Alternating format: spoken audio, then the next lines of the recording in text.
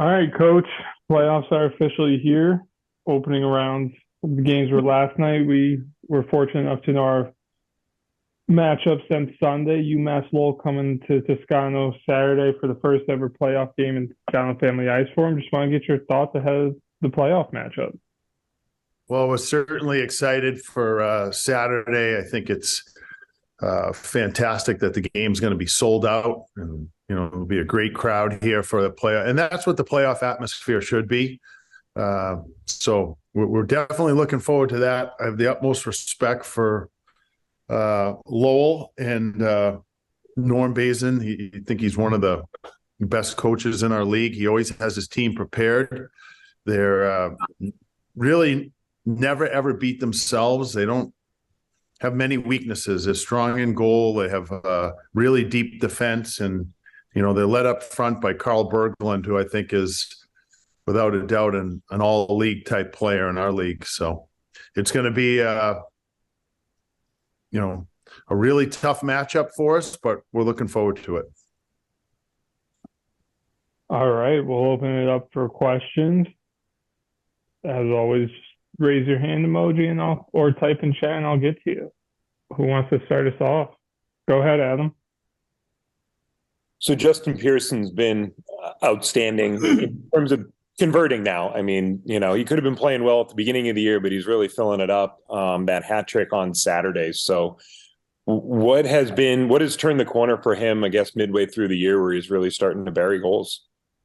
I don't think anything's changed. I've kind of alluded to this a lot. He's been playing this the same way. Sometimes the puck goes in and sometimes it doesn't. It's a hitter, in baseball who has a great approach, and he's hitting the ball at people sometimes. And then all of a sudden they start dropping and his average goes up. So I think that's been very similar with Justin. It's not like he's done anything different. He's played very consistently, and now the puck's going in for him. Daniel, we'll head over to you. Last year, when we were sitting here before the quarterfinals, we were talking about how pretty much no one on the team had more than that one game of playoff experience against Providence. Now you guys have been to the finals, you've been to the TD Garden.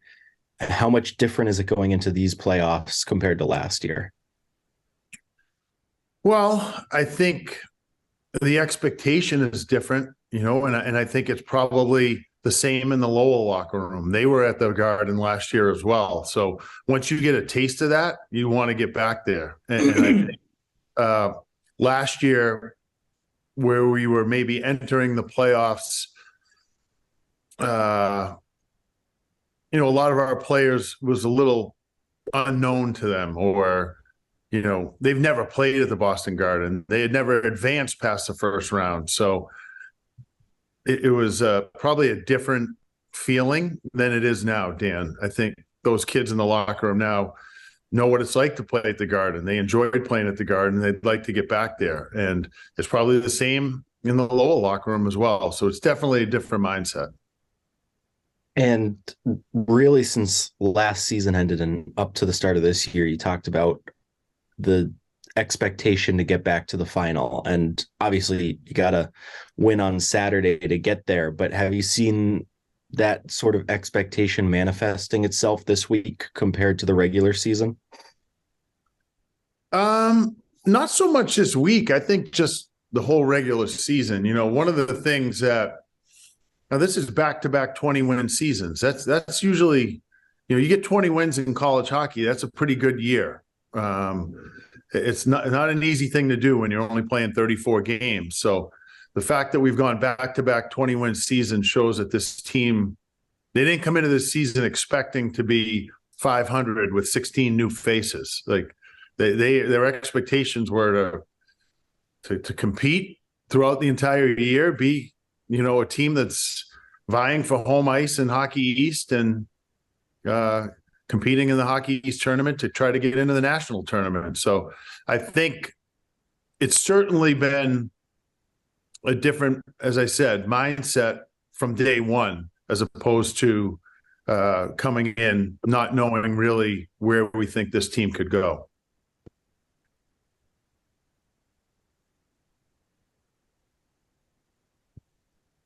Go ahead, Tony. Next, all right, I got a few for you, Coach. So I think Sure. I counted this season, you had like 12 overtime games. 7 of those you came out on top. 2 you got the shootout wins. What is it about this team that, it's lucky bounces, right? But can argue with, the close games and the ability to win those close games. What do you credit that success to in particular? Well, certainly good goaltending. You're going to have to make saves in overtime, but Sonny, it's this will be different. If we go to overtime Saturday, it's 5-on-5. 3-on-3 is a totally different game, and this year, we excelled at 3-on-3 hockey, but we're not even practicing it anymore. Where it's 5-on-5 Saturday, so it's I think it's a total. I really believe one of the things I don't like about our overtime setup now is that you don't get to practice playing 5-on-5 overtime. And 3-on-3, you don't use as many bodies in 3-on-3. And there's a lot of kids that haven't played a lot of overtime minutes. And I'm sure the same thing for Lowell. So one of the reasons I used to like playing 5-on-5 overtime throughout the regular season is because when you get to the playoffs, kids have experience playing in it. So it'll be interesting if we do go to overtime. Yeah. Your penalty kill is pretty strong this year, sitting on top hockey for the Northeastern. What do you like best about the penalty kill success there? Well, Tyler Helton's done a great job with our penalty kill. I think, as I said all year long, you can be a passive penalty kill or you can be an aggressive penalty kill. The most important thing is that everybody's on the same page. You can't have 2 guys going aggressive and 2 guys going passive. So I think he's done a nice job of making sure that, that we're all in sync and we understand how we want to approach each penalty kill. And sometimes it's aggressive and sometimes it's a little passive, but it's making sure that everybody's aligned on the same page. Okay, I'm going to keep going. Thank you. Matt Wood, he's been super impactful. Has he exceeded your expectations? Is he where you thought he'd be right now? Yeah, he's exceeded my expectations. I never thought he'd lead our team. I knew he was a good player, but if you told me after the regular season that he was going to be the leader on the team in points, I probably wouldn't have believed you. I thought he was certainly going to be a good offensive player, but to come in as a 17-year-old and do what he's done, yes, he's exceeded my expectations. All right, and then I'll turn it over. Your junior class has had some major point production. So, what do you see as helping them stand out, or is there something different about that class that's the experience that you've seen? Well, they've grown together. They came in during COVID, and Ryan came in halfway through COVID. So the 4 of those guys, Spetz, Capone, Shandor, and Torberg, have all been together, and they've grown up kind of together. And they had to fight through some tough obstacles early. So I think they bonded, quite a bit during those times. But they've done a great job. The thing I really like is they just keep all improving, and they're all driven to become great players. And when you have that from your good players, then your underclassmen see that as well. So they've been good leaders in that respect as well. Thanks, Coach. Good luck. Sure. Thank you. Randy, we'll head over to you. Thank you very much. Hey, Cav, how you doing? I'm good, Randy. You? Great, thank you. I just want to ask you about Jake Black. He got in there a little bit late in the season and has just been producing chances. He scored against Boston College. How's he been able to, get in there this time of the year and be so impactful? He's worked hard all year long, and we preach that. Just because you might not be in the lineup, we still expect you to bring tremendous effort every day in practice and prepare to play. I think you see it. I remember seeing it with the Patriots for years. Malcolm Butler comes in at the end of a season. He hasn't played much, and he makes big plays at the end of a year. And that's, I think, a tribute to the players who prepare themselves. And Jake has done that. And now he got his opportunity, when Ty got hurt, and he's made the most of it. That's it for me. I love the Malcolm Butler comp, though. I always love how you bring it back to the other sports, and you can use a Malcolm Butler in there for the postseason. Well, that's someone who's played 3 sports, I guess. I try to connect the dots. Yeah, good luck Saturday, Coach. Thank you. Adam, we'll head over to you. We've talked about the penalty kill, and you've said before the aggressive versus the passive with Tyler Helton.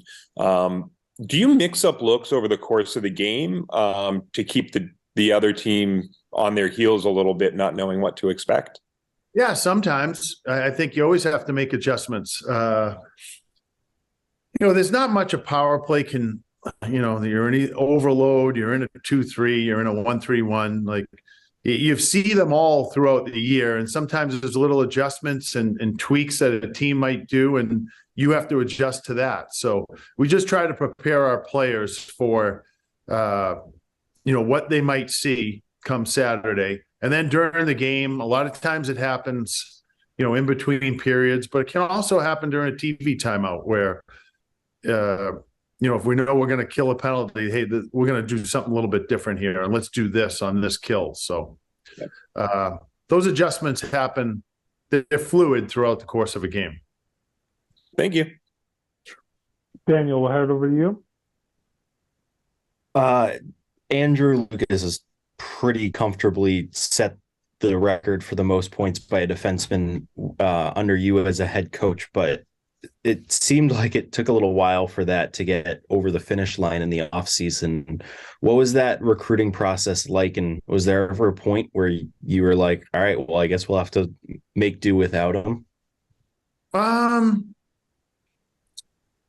It was so long ago, or last summer.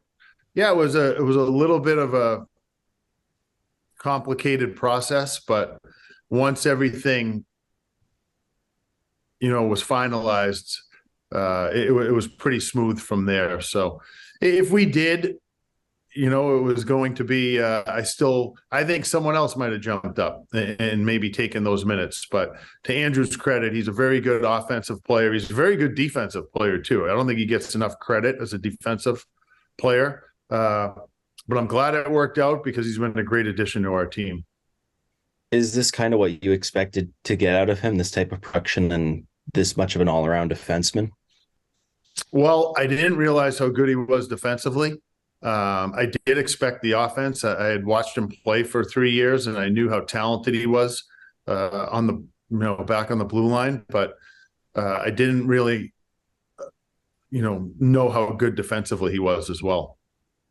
And how much has he helped with the way that you guys lost so much up top, but your defensive core stayed intact pretty well? How much has it changed the team and helped you guys stay up with that many points coming from the blue line? I think has been very important. When you lose a goaltender that essentially played every game for you, and you lose your top 2 lines, they were called upon to be the steady rudder of the team, and they have been right from game 1. Then Ryan and Ty, how are they doing going into this game? Ryan Tattle. Yeah, it's probably doubtful that Ryan Tattle will be able to play Saturday, and again, Ty's going to be 50-50. I got to see how he practices today and tomorrow.